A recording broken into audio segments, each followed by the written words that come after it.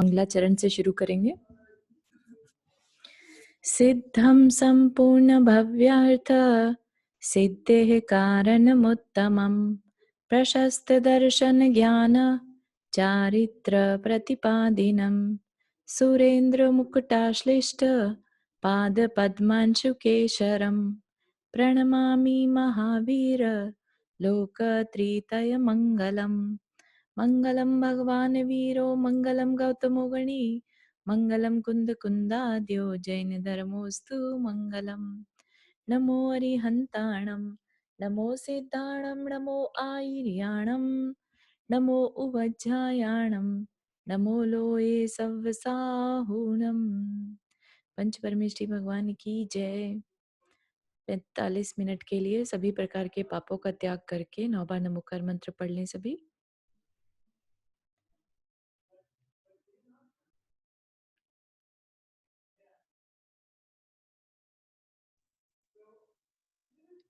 जय जिनेन्द्र।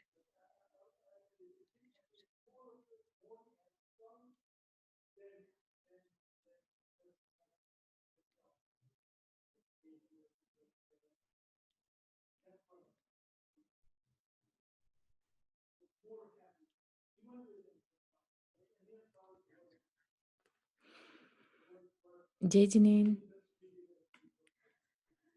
तो हम देख रहे थे कि किस तरह से राम ने सीता को छुड़वाया और जो सेनापति है वो उसको कितना अंदर में ग्लानि आ रही है अपने सेवक पने पर। और सीता इस बात के लिए परेशान नहीं है कि राम ने ऐसा क्यों किया, है ना। वो सिर्फ ये कह रही है कि ये कर दिया तो कर दिया, अब सम्यक दर्शन को, धर्म को मत छोड़ना, ठीक है ना। तो ऐसा कहकर और वो वहां से निकल जाता है। अब वो अकेली वहां पर है तो क्या होता है, लेट्स सी। अथनंतर जब विहल्ल चित्त सीता विलाप कर रही थी, तब एक वज्रजंग नामक राजा उस वन के मध्य आया। सोचो, इतने घने वन में छोड़ गया था। और वही बात है अगेन कि पुण्य हो पास में तो कितना भी पाप का उदय आए वो भी टल जाता है। ऐसे में उसी जगह पर एक वज्रजंग नाम का राजा उस वन में आया। लेट्स सी, ये पाप का उदय था कि पुण्य का उदय था। वज्रजंग पुंडरीकपुर का स्वामी था। हाथी पकड़ने के लिए उस वन में आया था और हाथी पकड़कर बड़े वैभव से लौटकर वापस आ रहा था। उसकी सेना के अग्रभाग में जो सैनिक उछलते हुए जा रहे थे, वे यद्यपि अपने हाथों में नाना प्रकार के शस्त्र लिए थे, सुंदर थे, शूरवीर थे और छुरियां बांधे हुए थे, तथापि सीता का वह अतिशय मनोहर रोदन का शब्द सुनकर वे संशय में पड़ गए तथा इतने भयभीत हो गए कि एक डग भी आगे नहीं दे सके, है ना। तो उनके दिमाग में क्या आया कि एक स्त्री के रोने की आवाज आ रही है, तो कहीं भी ऊपरी बाधा टाइप का भी फील आ जाती है ना कई बार। तो वो इतने डर गए कि क्या हो रहा है यहाँ। सेना के आगे चलने वाला जो घोड़ों का समूह था वह भी रुक गया तथा उस रोदन का शब्द सुन आकाश से युक्त घुड़सवार आश अस- आश आशका से युक्त घोड़सवार भी उसे प्रेरित नहीं कर सके। वे विचार करने लगे कि जहां मृत्यु के कारणभूत अनेक प्राणी विद्यमान हैं, ऐसे इस अत्यंत भयंकर वन में यह स्त्री के रोने का मनोहर शब्द हो रहा है, सो यह बड़ी विचित्र क्या बात है ना। जहां पर मृत्यु के कारणभूत मतलब कि जो कोई भी अगर आ जाए तो मरण को प्राप्त हो जाए, ऐसे प्राणी विद्यमान है जो मार डालें, है ना। और ऐसे में इतना सुंदर रोने का स्वर भी जो है वो बहुत सुंदर है। जो मृग, भैंसा, भेड़िया, चीता और तेंदुआ से चंचल है, जहाँ अष्टापद और सिंह घूम रहे हैं, तथा जो सुअरों की दाढ़ों से भयंकर है, ऐसे इस वन के मध्य में अत्यंत निर्मल चंद्रमा की रेखा के समान यह कौन हृदय के हरने में निपुण रो रही है। क्या यह सौधर्म स्वर्ग से इंद्र के द्वारा छोड़ी और पृथ्वी तल पर लाई हुई कोई इंद्राणी है, अथवा मनुष्य के सुख संगीत को नष्ट करने वाली एवं प्रलय के कारण को उत्पन्न करने वाली कोई देवी कहीं से आ पहुंची है। इस प्रकार जैसे तर्क उत्पन्न हो रहा था, जिसने अपनी चेष्टा छोड़ दी थी, वेग से चलने वाले मूल पुरुष जिसमें आकर इकट्ठे हो रहे थे, जिसमें अत्यधिक बाजे बज रहे थे, जो किसी बड़ी भंवर के समान जान पड़ती थी और जो आश्चर्य से युक्त थी, ऐसी वह विशाल सेना निश्चल खड़ी हो गई। घोड़ों के समूह ही जिसमें मगर थे, तेजस्वी पैदल सैनिक ही जिसमें मीन थे, हाथियों के समूह ही जिसमें ग्राह थे, जो प्रचंड शब्द से युक्त था और सूर्य की किरणों के पड़ने में चमकती हुई तलवार रूपी तरंगों से जो भय उत्पन्न करने वाली थी, ऐसी वह सेना समुद्र के समान जान पड़ती थी। ठीक है, तो उसका सिर्फ एक उपमा दी है, लेकिन बताना क्या चाह रहे हैं कि वो सेना वहां पर आकर खड़ी हो गई। तो ये यहाँ पर हमारा 97वां चैप्टर कंप्लीट हुआ। अब हम शुरू करेंगे 98 चैप्टर। देखते हैं आगे वज्रजंग कैसा राजा था। अतनंतर आगे महाविद्या से रुकी गंगा नदी के समान चक्राकार परिणत सेना को देख हाथी पर चढ़े हुए वज्रजंग ने निकटवर्ती पुरुष से पूछा कि तुम लोग इस तरह क्यों खड़े हो गए? गमन में किसने किस कारण रुकावट डाली और तुम लोग व्याकुल क्यों हो रहे हो? निकटवर्ती पुरुष जब तक परंपरा से सेना के रुकने का कारण पूछते हैं, तब तक कुछ निकट बढ़कर राजा ने स्वयं रोने का शब्द सुना। समस्त लक्षणों में जिसने श्रम किया था, ऐसा राजा वज्रजंग बोला कि जिस स्त्री का यह अत्यंत मनोहर रोने का शब्द सुनाई पड़ रहा है, वह बिजली के मध्य भाग के समान कांति वाली पतिव्रता तथा अनुपम अनुपम गर्भिणी है। यही नहीं, उसे निश्चय ही किसी श्रेष्ठ पुरुष की स्त्री होना चाहिए।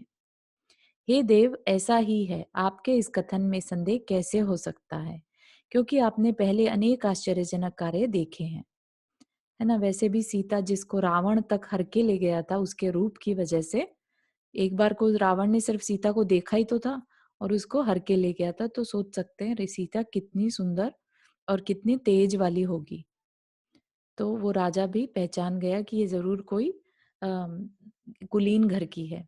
इस प्रकार सेवकों और राजा वज्रजंग के बीच जब तक यह वार्ता होती है, तब तक आगे चलने वाले कुछ साहसी पुरुष सीता के समीप जा पहुंचे।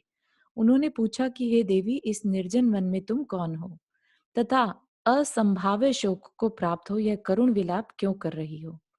इस संसार में आपके समान शुभ आकृतियां दिखाई नहीं देती। क्या तुम देवी हो अथवा कोई अन्य उत्तम सृष्टि हो? जबकि तुम इस प्रकार के क्लेश रहित उत्तम शरीर को धारण कर रही हो, तब यह बिल्कुल ही नहीं जान पड़ता कि तुम्हारे यह दूसरा दुख क्या है। मतलब कि तुम कैसे दुखी हो सकते हो जब तुम्हारा शरीर इतना उत्तम है। हे कल्याणी, यदि तुम बात कहने योग्य हो तो कहो, हम लोगों को बड़ा कौतुक है। ऐसा होने पर कदाचित दुख का अंत भी हो सकता है, कि हो सकता है हम तुम्हारी मदद कर दें।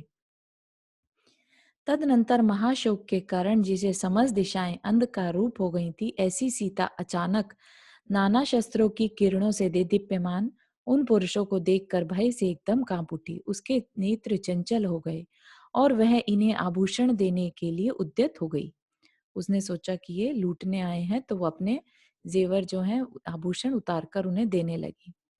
तदनंतर यथार्थ बात के समझने में मूढ़ पुरुषों ने भयभीत होकर पुनः कहा, हे देवी, भय तथा शोक छोड़ो, धीरता का आश्रय ले। हे सरले, इन आभूषणों से हमें क्या प्रयोजन है? ये तुम्हारे ही पास रहें। भाव योग को प्राप्त हो, अर्थात हृदय को स्थिर करो और बताओ कि विहल क्यों हो, अर्थात दुखी क्यों हो रही हो। जो समस्त राजधर्म से सहित है तथा पृथ्वी पर वज्रजंग नाम से प्रसिद्ध है, ऐसा यह श्रीमान उत्तम पुरुष यहाँ आया है। सावधान चित्त से सहित यह वज्रजंग सदा उस सम्यक दर्शन रूपी रत्न को हृदय में धारण करता है, जो सादृश्य से रहित है, अविनाशी है, अनाधेय है, अहार्य है, श्रेष्ठ सुख को देने वाला है, शंकादि दोषों से रहित है, सुमेरु के समान निश्चल है और उत्कृष्ट आभूषण स्वरूप है। ये बताया है यहाँ पर कि उसके हृदय में सम्यक दर्शन रूपी रत्न है। कैसा है वो रत्न? अविनाशी है। राइट, सादृश्य मतलब उसके जैसा और कुछ कोई नहीं है। अनाधेय, अनाधेय का नहीं मालूम, श्रेष्ठ सुख को देने वाला है ना। सभी शास्त्र में बोलते हैं ना कि सम्यक दर्शन जो है उत्तम सुख में धरने वाला होता है। शंकादि दोषों से रहित है, कि जो ये राजा है वज्रजंग, इसके अंदर में शंका आदि रोग नहीं, दोष नहीं है। सुमेरु के समान निश्चल है और उत्कृष्ट आभूषण स्वरूप है। तो इसका जो सम्यक दर्शन है वो बहुत निर्मल है। हे साध्वी, हे प्रशंसनीय, जिसके ऐसा सम्यक दर्शन सुशोभित है, उसके गुणों का हमारे जैसे पुरुष कैसे वर्णन कर सकते हैं। वह जिन शासन के रहस्य को जानने वाला है, शरण में आए हुए लोगों से स्नेह करने वाला है, परोपकार में तत्पर है, दया से आर्द्र चित्त है, विद्वान है, विशुद्ध हृदय है, निंदे कार्यों से निवृत्त बुद्धि है, पिता के समान रक्षक है, प्राणी हित में तत्पर है, दीनहीन आदि का तथा खासकर मातृ जाति का रक्षक है, शुद्ध कार्य को करने वाला है। उसकी बता रहे हैं कि वो कितना अच्छा राजा है ना, तो इसलिए डरना नहीं उससे। शुद्ध कार्य को करने वाला है, शत्रु रूपी पर्वत को नष्ट करने के लिए महावज्र है, शस्त्र और शास्त्र का अभ्यासी है, शांति कार्य में थकावट से रहित है, पर स्त्री को अजगर सहित कूप के समान जानता है। मतलब कि जैसे रावण ने तुम्हें हरा, ऐसा वो यहाँ पर नहीं बिहेव करेगा। पर स्त्री को क्या कहता है? अजगर के किसकी सहित। किसकी विशेषता बता रहे हैं? कौन से राजा की? राजा वज्रजंग। Okay, thank you. संसार पात के भय से धर्म में सदा अत्यंत आसक्त रहता है, सत्यवादी है और अच्छी तरह इंद्रियों को वश करने वाला है। ठीक है, तो ये सब मतलब बहुत अच्छा राजा है, इसलिए तुम परेशान मत हो इसको देख के। हे देवी, जो इसके समस्त गुणों को कहना चाहता है, वह मानो मात्र शरीर से समुद्र को तैरना चाहता है।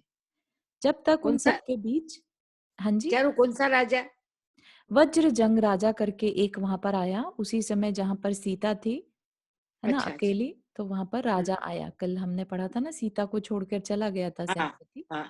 तो वहां एक राजा आता है, जिसको कि बता रहे हैं वो कैसा अच्छा राजा है। जब तक उन सबके बीच मन को बांधने वाली यह कथा चलती है, तब तक कुछ आश्चर्य से युक्त राजा वज्रजंग भी वहां आ पहुंचा। मतलब वो थोड़ा पीछे खड़ा था, और जो बाकी के दो चार लोग थे वो आगे जाकर सीता से बात कर रहे होते हैं। तो फिर वहां वज्रजंग भी थोड़ा आगे आ जाता है। हस्तिनी से उतरकर, हाथी के ऊपर बैठा था ना वो, हस्तिनी से उतरकर योग्य विनय धारण करते हुए राजा वज्रजंग ने स्वभाव शुद्ध दृष्टि से देखकर इस प्रकार कहा कि अहो, जान पड़ता है कि वह पुरुष वज्रमय तथा चेतनाहीन है, इसलिए इस वन में तुम्हें छोड़ता हुआ वह 1000 टूक नहीं हुआ है। मतलब कि जो भी तुम्हें छोड़कर गया है वो पत्थर का बना था, इसलिए तुम्हें यहाँ पर छोड़कर चला गया। हे शुभाशय, अपनी इस अवस्था का कारण कहो, निश्चिंत हो, डरो मत तथा गर्भ को कष्ट मत पहुंचाओ। तदनंतर सती सीता यद्यपि कुछ कहने के लिए क्षण भर को दुख से विरक्त हुई थी, तथापि शोक रूपी विशाल चक्र से हृदय के अत्यंत पीड़ित होने के कारण वह पुनः रोने लगी। तत्पश्चात मधुर भाषण करने वाले राजा ने जब बार बार पूछा, तब वह जिस किसी तरह शोक को रोककर दुखी हंस के समान गदगद वाणी से बोली। उसने कहा, हे राजन, यदि तुम्हें जानने की इच्छा है तो इस ओर मन लगाओ, क्योंकि मुझ अभागिनी की यह कथा अत्यंत लंबी है। मैं राजा जनक की पुत्री, भामंडल की बहन, दशरथ की पुत्र वधु और राम की पत्नी सीता हूँ। है ना, सोचो कितनी अकॉम्प्लिशमेंट्स हैं, लेकिन फिर भी आज कहाँ है? वन में बैठी है अकेली। राजा दशरथ केकया के वरदान से भरत के लिए अपना पद देकर तपस्वी के पद को प्राप्त हो गए। फलस्वरूप राम लक्ष्मण को मेरे साथ वन को जाना पड़ा। सो हे पुण्य चेष्टित, जो कुछ हुआ वह सब तुमने सुना होगा। राक्षसों के अधिपति रावण ने मेरा हरण किया। स्वामी राम का सुग्रीव के साथ समागम हुआ और 11वें दिन समाचार पाकर मैंने भोजन किया। आकाशगामी वाहनों से समुद्र तैरकर तथा युद्ध में रावण को जीतकर मेरे पति मुझे पुनः वापस ले आए। भरत चक्रवर्ती के समान भरत ने राज्य रूपी पंख का परित्याग कर परम दिगंबर अवस्था धारण कर ली और कर्म रूपी धूलि को उड़ाकर निर्वाण पद प्राप्त किया। मतलब बता रही है कि भरत जो उनका देवर था, उसने भी निर्वाण पद ले लिया। पुत्र के दुख शोक से दुखी केकया रानी दीक्षा लेकर तथा अच्छी तरह तपश्चरण कर स्वर्ग गई। पृथ्वी तल पर मर्यादाहीन दुष्ट हृदय मनुष्य निशंक होकर मेरा अपवाद कहने लगे कि रावण ने परम विद्वान होकर पर स्त्री ग्रहण की और धर्मशास्त्र के ज्ञाता राम उसे वापस लाकर पुनः सेवन करने लगे। दृढ़ निश्चय को धारण करने वाले राजा जिस दशा में प्रवृत्ति करता है, वही दशा हम लोगों के लिए भी हितकारी है, इसमें दोष नहीं है। कि जैसा वहां का राजा करेगा वैसा ही प्रजा भी करेगी। तो अब इसमें हम क्या कर सकते हैं? कृष्ण शरीर को धारण करने वाली वह जब मैं जब गर्भवती हुई तब मैंने ऐसा विचार किया कि पृथ्वी तल पर जितने जिन बिंब हैं उन सब की मैं पूजा करूं। तदनंतर अत्यधिक वैभव से सहित स्वामी राम जिनेन्द्र भगवान के अतिशय स्थानों में जो जिन बिंब थे उनकी वंदना करने के लिए मेरे साथ उद्यत हुए। उन्होंने कहा कि हे सीते, सर्वप्रथम कैलाश पर्वत पर जाकर जगत को आनंदित करने वाले श्री ऋषभ जिनेन्द्र की पूजा कर उन्हें नमस्कार करेंगे, क्योंकि जिनेन्द्र भगवान ने कैलाश पर्वत से मोक्ष गए थे। फिर इस अयोध्या नगरी में जन्मभूमि में प्रतिष्ठित जो ऋषभ आदि तीर्थंकरों की प्रतिमाएं हैं उन्हें उत्तम वैभव के साथ नमस्कार करेंगे। फिर काम्पिल्य नगर में श्री विमल नाथ को भावपूर्वक नमस्कार करने के लिए जाएंगे और उसके बाद रत्नपुर नगर में धर्म के सद्भाव का उपदेश करने वाले श्री धर्मनाथ को नमस्कार करने के लिए चलेंगे। श्रावस्ती नगरी में संभवनाथ को, चंपापुरी में वास पूज्य को, काकंदी में पुष्पदंत को, ये सब उनके जन्म स्थान हैं। कौशंबी में पद्म प्रभु को, चंद्रपुरी में चंद्रप्रभ को, भद्रिकावनी में शीतलनाथ को, मिथिला में मल्ली जिनेश्वर को, वाराणसी में सुपार्श को, सिंहपुरी में श्रेयांस को, हस्तिनापुरी में शांति कुंत और अरनाथ को, और हे देवी उसके बाद कुशाग्र नगर राजगृही में उन सर्वज्ञ मुनि सुव्रत नाथ की वंदना करने के लिए चलेंगे जिनका कि आज भी यह अत्यंत उज्जवल धर्म चक्र दे दीप्यमान हो रहा है, क्योंकि उस समय पर मुनि सुव्रतनाथ भगवान का तीर्थकाल चल रहा था। तदनंतर हे वैदेही, जिनेन्द्र भगवान के अतिशयों के योग से अत्यंत पवित्र सर्वत्र प्रसिद्ध देव, असुर और गंधर्वों के द्वारा स्तुत्य एवं प्रणत जो अन्य स्थान है तत्परिचित होकर उन सब की वंदना करेंगे। मतलब कि जो अतिशय क्षेत्र हैं जहाँ पर अभी भी देव, असुर, असुर जाति के देव, देव और गंधर्व, गंधर्व हो गए व्यंतर जाति के देव, जो अभी भी स्तुति और प्रणाम करने के लिए आते हैं, तब हम उनकी वंदना करेंगे। तदनंतर पुष्पक विमान पर आरूढ़ हो शीघ्र ही आकाश को उल्लंघ कर मेरे साथ सुमेरु के शिखरों पर विद्यमान जिन प्रतिमाओं की पूजा करना। हे प्रिय, भद्रशाल वन, नंदन वन और सोमनस वन में उत्पन्न पुष्पों से जिनेन्द्र भगवान की पूजा करना। फिर हे दयिते, इस लोक में जो कृत्रिम अकृत्रिम प्रतिमाएं हैं उन सब की वंदना कर अयोध्या वापस आएंगे। अरिहंत भगवान के लिए भावपूर्वक किया हुआ एक ही नमस्कार इस प्राणी को जन्मांतर में किए हुए पाप से छुड़ा देता है। क्या कह रहे हैं यहाँ पर? अरिहंत भगवान के लिए भावपूर्वक नमस्कार अगर करे तो पिछले जन्मों में किए हुए जो पाप कर्म है उनसे हम छूट जाते हैं। हे कांते, तुम्हारी इच्छा से महापवित्र चैत्यालों के ये तो अड्डे द्वीप में थी, तो ये सब दर्शन करने कैसे जाएंगे?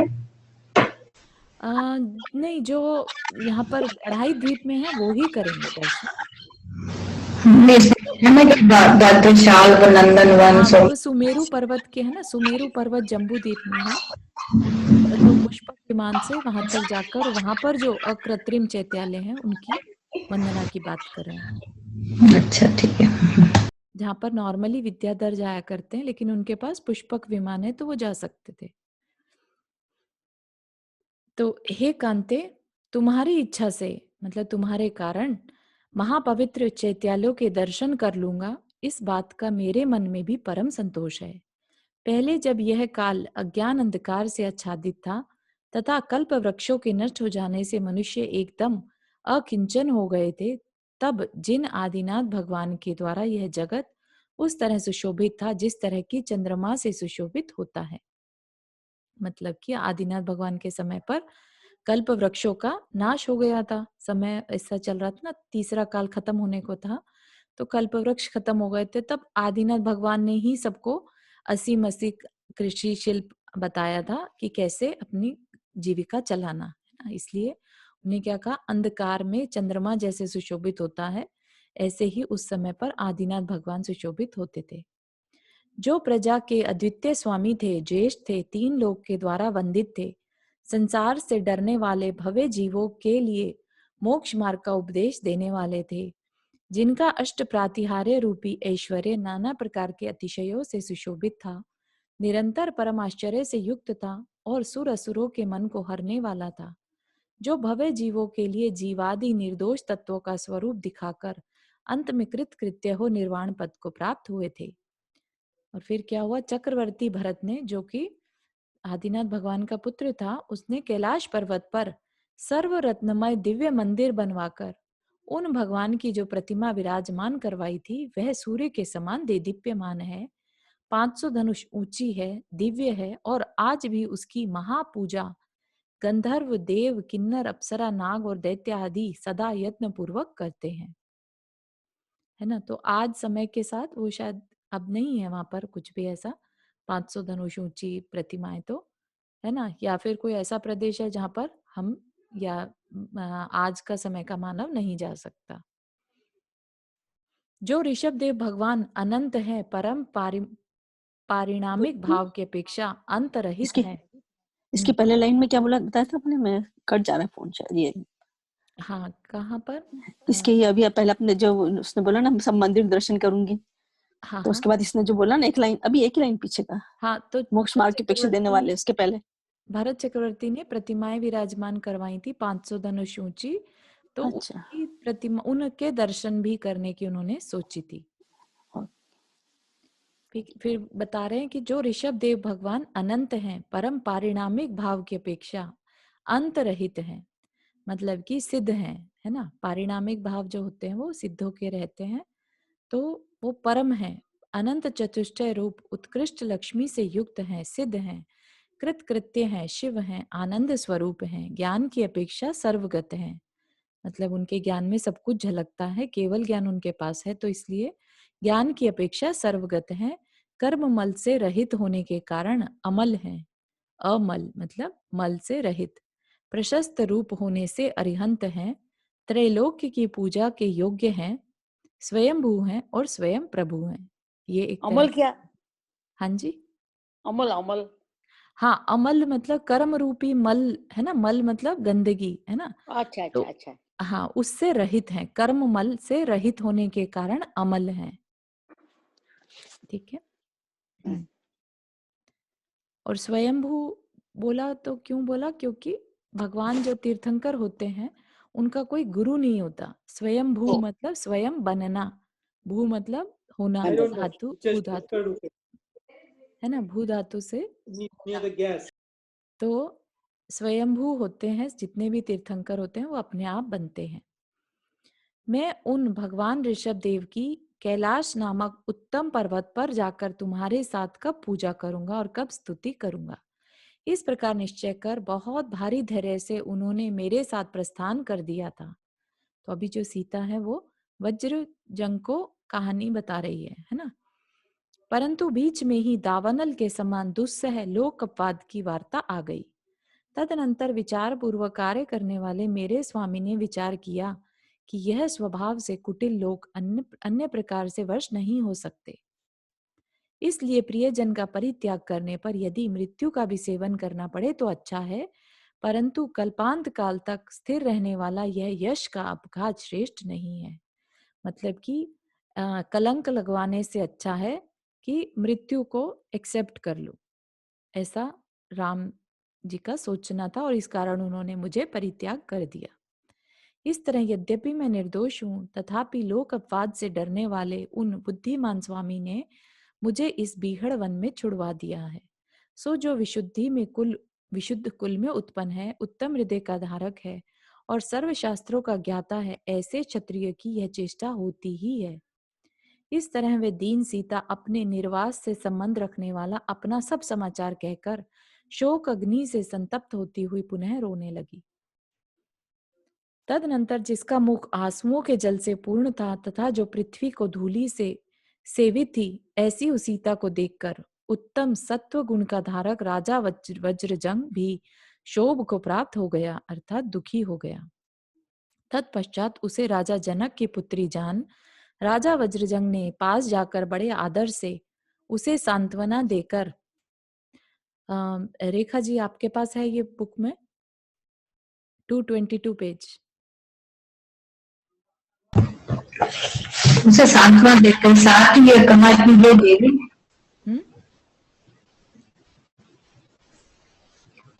क्या करो, पढ़ो नहीं पढ़ो?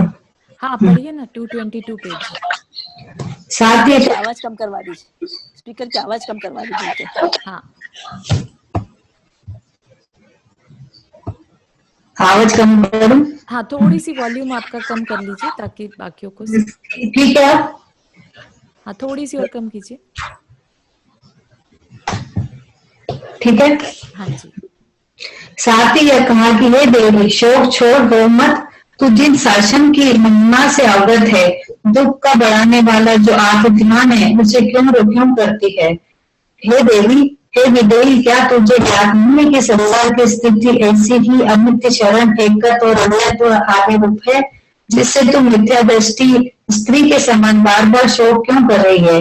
हे सुंदर भावना वाली, तूने तो निरंतर साधुओं से यथार्थ बात को सुना है। निश्चय से सम्यक दर्शन को भावना वाली, तुमने जो निरंतर साधुओं को यथार्थ से बात सुना है। निश्चय से सम्यक दर्शन तो न जानकर संसार करने में आसक्त हृदय प्राणी ने क्या क्या दुख नहीं प्राप्त किया है।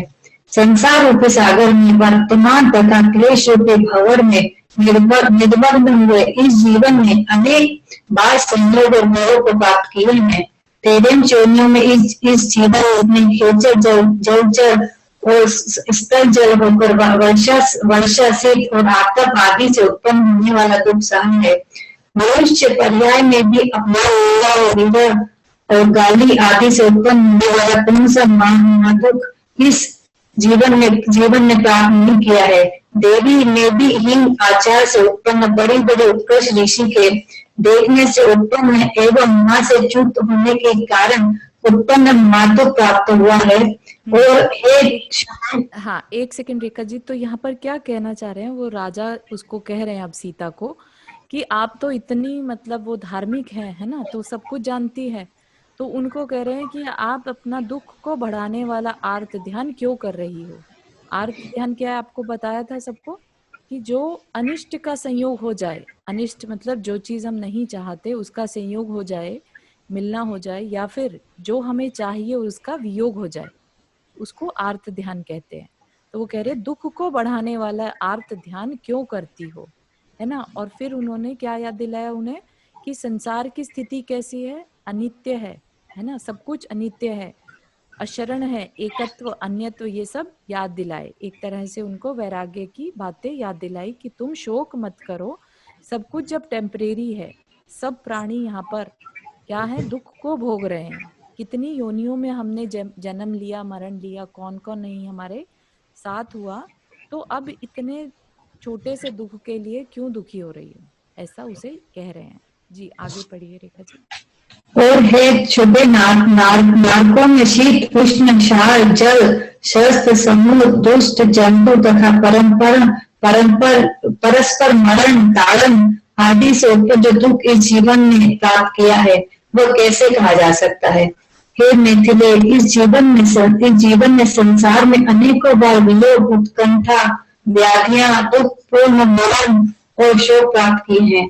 इस संसार में ऊर्ध्व, मध्यम तथा अधो भाग में वह स्थान नहीं है जहाँ इस जीव ने जन्म, मृत्यु तथा जरा आदि के दुख को प्राप्त नहीं किए हैं।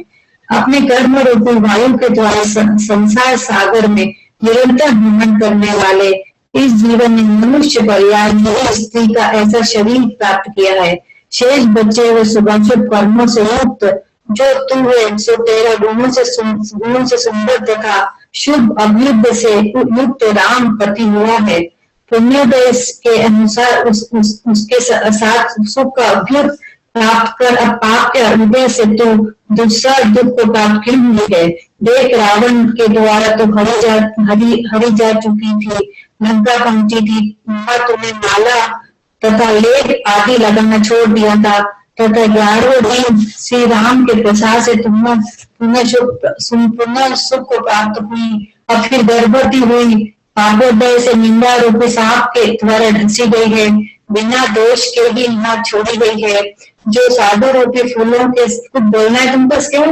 ये तो आगे मैं पढ़ सकती हूँ, अभी बस यहीं तक था। तो इस पेज में और आगे बस यही बताया यहाँ पर, राइट, कि इस बात को तुम्हें क्या क्या नहीं मिला, है ना, कि तुम्हारे पुण्य से तुम्हें राम जैसा पति मिला। ठीक है, तो किसी को अभी भी इसका स्क्रीनशॉट चाहिए कि is it good enough, we can move on? हाँ हाँ, इसका स्क्रीन दे सकते हो तो रेखा जी, अच्छा, अगर आप बहुत इसका अच्छा। पिक्चर लेके हाँ ग्रुप बस, पे क्योंकि भेज दें। वो बहुत मतलब वो उसको समझाया, इट्स वेरी गुड। हाँ, कोई नहीं। और फिर आगे से हम यहाँ पर से पुनः ले लेते हैं। फिर शत्रु रावण के, thank you Rekha ji. Yes. फिर शत्रु रावण के मारे जाने पर वहां से पुनः वापस लाई गई और बलदेव श्री राम के प्रसाद से पुनः सुख को प्राप्त हुई। अब फिर गर्भवती हो पाप उदय से निंदा रूपी सांप के द्वारा डसी गई है और बिना दोष के ही यहाँ छोड़ी गई है। तो ये सब क्या बता रहे हैं? राजा वज्रजंग उनकी कहानी सुनकर उसको एक तरह से सांत्वना दे रहे हैं। जैसे हम लोग आपस में एक दूसरे को याद दिलाते हैं ना कि नहीं, हमें क्यों नहीं दुख मानना, इस चीज में हमें क्या करना चाहिए क्या नहीं, है ना। विवेक खत्म हो जाता है ना जब दुख बहुत ज्यादा बढ़ जाए, तो अपना खुद का विवेक कई बार साथ नहीं देता। तो ऐसे में कोई जाकर अगर संबोधन दे दे तो फिर बात समझ में आ जाती है। तो यहाँ पर ऐसे ही जो रानी सीता है, उनको एक तरह से पुण्योदय ही कह सकते हैं कि उनको राजा वज्रजंग जैसा एक सहायक वहां पर मिल गया इतने बीहड़ वन में। नहीं तो उसी रात में कोई जंगली जानवर उन्हें मारकर खा भी सकता था, राइट। उसी समय पर वहां पे राजा आ गया और वो इतनी अच्छी तरह से उन्हें समझा रहा है।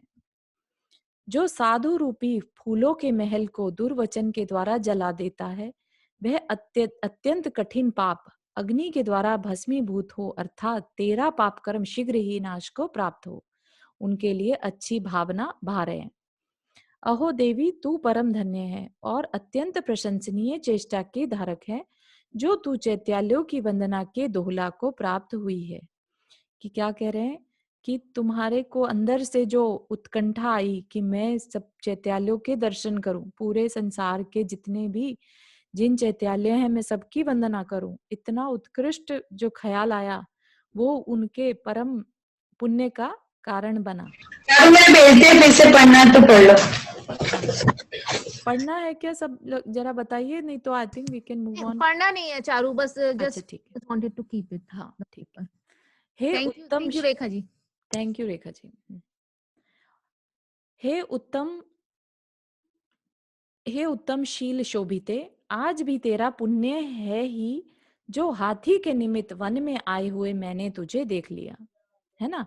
क्योंकि ऐसे बीहड़ वन में सिर्फ हाथी को पकड़ने के लिए एक, वो भी इतना अच्छा राजा, उसकी जगह रावण जैसा कोई आ जाता तो, राइट। तो इसलिए पुण्य हर जगह काम आता है। मैं इंद्र वंश में उत्पन्न एक शुभ आचार का ही पालन करने वाला राजा द्विर द्विर्दवाह की सुबंधु नामक रानी के उत्पन्न हुआ वज्रजंग नाम का पुत्र हूँ। मैं पुंडरीक नगर का स्वामी हूँ। हे गुणवती, तू धर्म विधि से मेरी बड़ी बहन है। हे उत्तमे, चलो उठो नगर चलो, शोक छोड़ो, क्योंकि हे राजपुत्री, इस शोक के करने पर भी कोई कार्य सिद्ध नहीं होता। हे पतिव्रते, तुम वहां रहोगी तो पश्चाताप से आकुल होते हुए राम फिर से तुम्हारी खोज करेंगे, इसमें संशय नहीं है। प्रमाद से गिरे महामूल्य गुणों के धारक उज्जवल रत्न को कौन विद्वान बड़े आदर से फिर नहीं चाहता, अर्थात सभी चाहते हैं। मतलब कि गलती से कोई गिर जाए अगर किसी का रत्न, महामूल्य गुणों का धारक कोई रत्न हो, और अगर गिर जाए प्रमाद से, प्रमाद मतलब आलस की वजह से, एकदम अटेंटिवनेस ना हो और गिर जाए, तो फिर कौन उसको वापस से नहीं ग्रहण कर लेता, अर्थात सभी ग्रहण कर लेते हैं। तो तुम मेरे साथ चलो और जैसे ही राम को पश्चाताप होगा वो तुम्हारी खोज करेंगे, इसमें संशय नहीं है।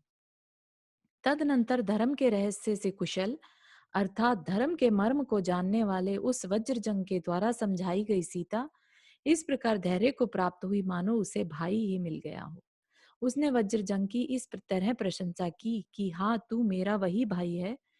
तू अत्यंत शुभ है, यशस्वी है, बुद्धिमान है, धैर्यशील है, शूरवीर है, साधु वत्सल है, सम्यक दृष्टि है, परमार्थ को समझने वाला है, रत्नत्रय से पवित्र आत्मा है, साधु की भांति आत्मचिंतन करने वाला है, तथा व्रत, गुण और शील की प्राप्ति के लिए निरंतर तत्पर रहता है ना। तो कितना सुंदर वर्णन यहाँ पर। हमें नहीं तो ऐसा लग रहा था कि सीता को अकेला छोड़ दिया, वो अकेली ही वन में रहेगी, है ना, लेकिन ऐसा नहीं हुआ। सीता को अकेले वन में नहीं रहना पड़ा।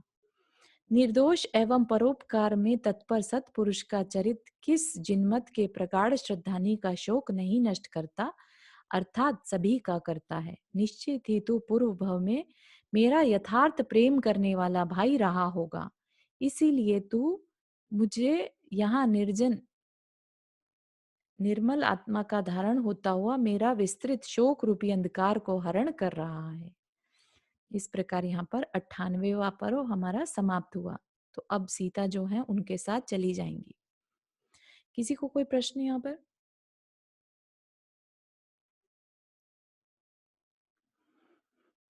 आगे पढ़ते हैं। अतनंतर राजा वज्रजंग ने क्षण भर में एक ऐसी पालकी बुलाई जिसमें उत्तम खंबे लगे थे, जो नाना प्रकार के बेल बूटों से सुशोभित थी, विमान के समान थी, रमणीय थी, योग्य प्रमाण से बनाई गई थी, उत्तम दर्पण, फानूस तथा चंद्रमा के समान उज्जवल चमरों से मनोहर थी, हार के बुदबुदों से सही थी, रंग बिरंगे वस्त्रों से सुशोभित थी, जिस पर बड़ी बड़ी मालाएं फैलाकर लगाई गई थी, जो चित्र रचना से सुंदर थी और उत्तम उत्तम झरोखों से युक्त थी। ऐसी पालकी पर सवार हो सीता ने प्रस्थान किया। उस समय सीता उत्कृष्ट संपदा से सहित थी, महासैनिकों के मध्य चल रही थी, कर्मों की विचित्रता का चिंतन कर रही थी तथा आश्चर्य से चकित थी, है ना। कहाँ तो उसको वनवास दे दिया था और कहाँ अभी समय फिर से उसको एक उत्तम साथ मिल गया और फिर से महल में जाने हो गई, है ना। उत्तम चेष्टा को धारण करने वाली सीता 3 दिन में उस भयंकर अटवी को पार कर पुंडरीक देश में प्रविष्ट हुई। मतलब कि इतनी भयंकर अटवी थी, उसको पार करना, अटवी मतलब जंगल, 3 दिन लग गए उन्हें उसको पार करने में, और फिर वो पुंडरीक देश में प्रविष्ट हुए। समस्त प्रकार की धान्य संपदाओं से जिसकी भूमि आच्छादित थी तथा कुक्कुट संपात्य अर्थात निकट निकट बसे हुए तथा नगरों के आकार वाले ग्रामों से जो सुशोभित था, स्वर्गपुर के समान कांति वाले नगरों से जो इतना अधिक सुंदर था कि देखते देखते तृप्ति ही नहीं होती थी, तथा जो बाग बगीचे आदि से विभूषित था, ऐसे पुंडरीक देश को देखते हुए वह आगे जा रही थी। हे मान्य भगवती, हे शलाघ्य, तुम्हारे दर्शन से हम संसार के प्राणी निष्पाप एवं कृतकृत्य हो गए। इस प्रकार राजा की कांति को धारण करने वाले गांव के बड़े बूढ़े लोग भेंट ले लेकर उसकी बार बार वंदना करते थे। अर्घ आदि के द्वारा सम्मान करने वाले देवतुल्य राजा उसे प्रणाम कर पद पद पर उसकी अत्यधिक प्रशंसा करते जाते थे। अनुक्रम से वह अत्यंत मनोहर तथा पूर्ववासी लोगों से सेवित पुंडरीकपुर के समीप पहुंची। सीता का आगमन सुन स्वामी के आदेश से अधिकारी लोगों ने शीघ्र ही नगर में बहुत भारी सजावट की। तिराहों और चौराहों से सहित बड़े बड़े मार्ग सब ओर से सजाए गए, सुगंधित जल से सींचे गए तथा फूलों से आच्छादित किए गए। इंद्रधनुष के समान रंग बिरंगे तोरण खड़े किए गए, द्वारों पर जल से भरे तथा मुखों पर पल्लवों से सुशोभित कलश रखे गए, जो फहराती हुई ध्वजाओं और मालाओं से सहित था, तथा जहां शुभ शब्द हो रहा था, ऐसा वह नगर आनंद विभोर हो मानो नृत्य करने के लिए ही तत्पर था।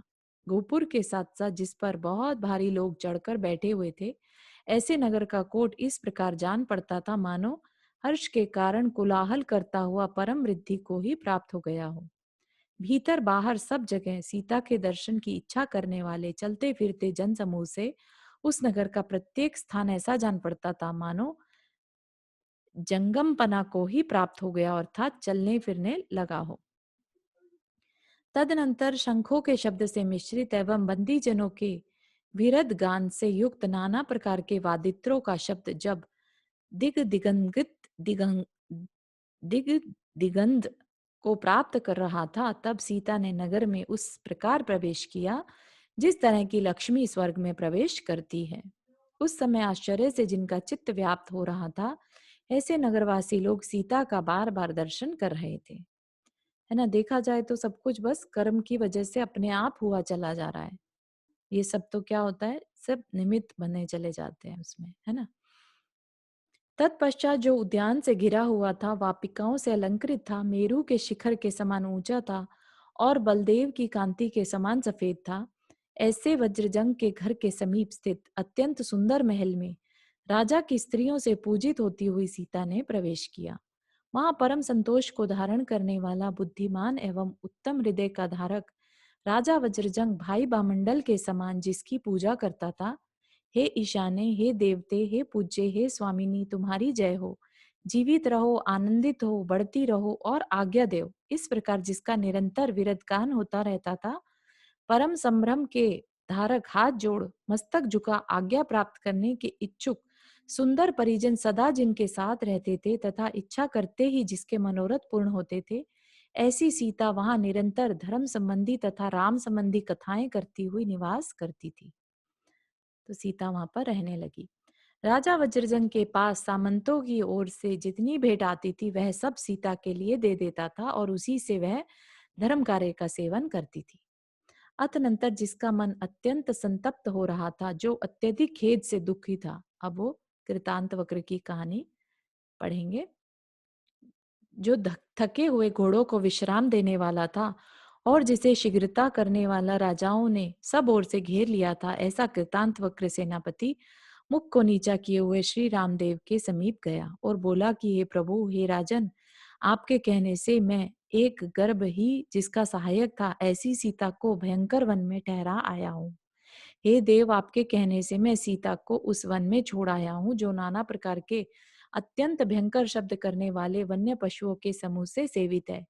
बेतालों का आकार धारण करने वाले दूनदृश वृक्षों के समूह से जहाँ घोर अंधकार व्याप्त है, जहाँ स्वाभाविक द्वेष से निरंतर युद्ध करने वाले व्याघ्र और जंगली भैंसा अधिक हैं, जहाँ कोटर में टकराने वाली वायु से निरंतर दुंदुभी का शब्द होता रहता है, जहाँ गुफाओं के भीतर सिंहों के शब्द की प्रतिध्वनि बढ़ती रहती है, जहाँ सोए हुए अजगरों का शब्द लकड़ी पर चलती हुई कतार वाली करोत से उत्पन्न शब्द के समान भयंकर है, जहाँ प्यासे भेड़ियों के द्वारा हिरणी के लटकते हुए पोते नष्ट कर डाले गए हैं, जहाँ रुधिर की आशका करने वाले सिंह घात की वृक्ष के गुच्छों को चाटते रहते हैं और जो यमराज के लिए भी भय का समूह उत्पन्न करने में निपुण है। हे देव, जिसका मुख अश्रुओं की वर्षा से दुर्दिन के समान हो रहा था तथा जो महाशोक से अत्यंत प्रज्वलित थी, ऐसी सीता का संदेश मैं कहता हूँ, सो सुनो। सीता देवी ने आपसे कहा है कि यदि अपना हित चाहते हो तो जिस प्रकार मुझे छोड़ दिया है उस प्रकार जिनेन्द्र देव में भक्ति को नहीं छोड़ना। स्नेह तथा अनुराग से युक्त जो मानी राजा मुझे छोड़ सकता है वह निश्चय ही वह जिनेन्द्र देव में भक्ति भी छोड़ सकता है। वचन बल को धारण करने वाला दुष्ट मनुष्य बिना विचारे चाहे जिसके विषय में चाहे जो निंदा की बात कह देता है, परंतु बुद्धिमान मनुष्य को उसका विचार करना चाहिए। मतलब वो याद दिला रही है, समझा रही है कि आपने अच्छा काम नहीं किया। साधारण मनुष्य मुझ निर्दोष के दोष उस प्रकार नहीं कहते जिस प्रकार की सम्यक ज्ञान से रहित मनुष्य सद्धर्म रूपी रत्न के दोष कहते फिरते हैं। भावार्थ मतलब दूसरे के कहने से जिस प्रकार आपने मुझे छोड़ दिया उस प्रकार सद्धर्म रूपी रत्न को नहीं छोड़ देना, मतलब सम्यक दर्शन को नहीं छोड़ देना, क्योंकि मेरी अपेक्षा सद्धर्म रूपी रत्न की निंदा करने वाले अधिक हैं। सद्धर्म रूपी मतलब अच्छा सही धर्म, उसकी निंदा करने वाले अधिक हैं। मतलब तुमने निंदा करने के कारण मुझे छोड़ दिया, तो कल को कोई धर्म की निंदा करेगा तो क्या तुम धर्म को छोड़ दोगे? ऐसा बोला। हे राम, आपने मुझे भयंकर निर्जन वन में छोड़ दिया है, सो इसमें क्या दोष है? परंतु इस तरह आप सम्यक दर्शन की शुद्धता को छोड़ने के योग्य नहीं है, क्योंकि मेरे साथ वियोग को प्राप्त हुए आपको इसी एक भव में दुख होगा, परंतु सम्यक दर्शन के छूट जाने पर तो भव भव में दुख होगा। संसार में मनुष्य को खजाना, स्त्री तथा वाहन आदि का मिलना सुलभ है, परंतु सम्यक दर्शन रूपी रत्न साम्राज्य से भी कहीं अधिक दुर्लभ है। राज्य में पाप करने से मनुष्य का नियम से नरक में पतन होता है, परंतु उसी राज्य में यदि सम्यक दर्शन साथ रहता है तो एक उसी के तेज से ऊर्ध्वगमन होता है, अर्थात स्वर्ग की प्राप्ति होती है। ठीक है। जिसकी आत्मा सम्यक दर्शन रूपी रत्न से अलंकृत है उसके दोनों लोकृत कृत्यता को प्राप्त होते हैं। इस प्रकार स्नेहपूर्ण चित्त को धारण करने वाली सीता ने जो संदेश दिया उसे सुनकर किस वीर के उत्तम बुद्धि उत्पन्न नहीं होती। मतलब कि राम को भी अचानक से रियलाइज हो गया कि मैंने कितनी बड़ी गलती कर दी। ठीक है ना। तो यहाँ पर सम्यक दर्शन की हम महिमा को भी समझ पा रहे हैं कि सम्यक दर्शन is more important than any other luxury in the life. ठीक है ना। लग्जरीज तो आती जाती रहेंगी, लेकिन सम्यक दर्शन छूट गया तो हमारी अधोगति भी हो सकती है ना। हम तिर्यंच में भी जा सकते हैं, लेकिन अगर सम्यक दर्शन है और आपने और कुछ भी नहीं किया कार्य, तो भी आपको देवगति ही मिलेगी नियम से। ठीक है, यहाँ तक ही रखते हैं। किसी को कोई प्रश्न?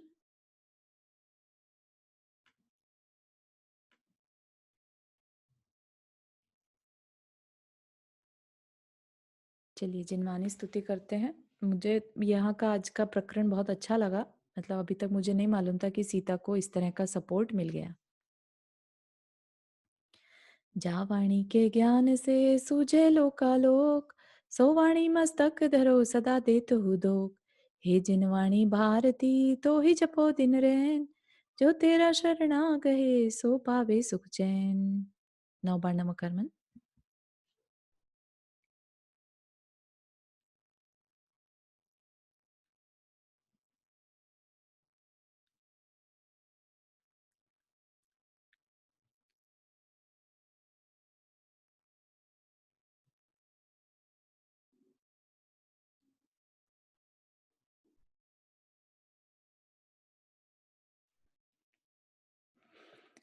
चलिए सभी को जय जिनेन्द्र। कल मिलते हैं।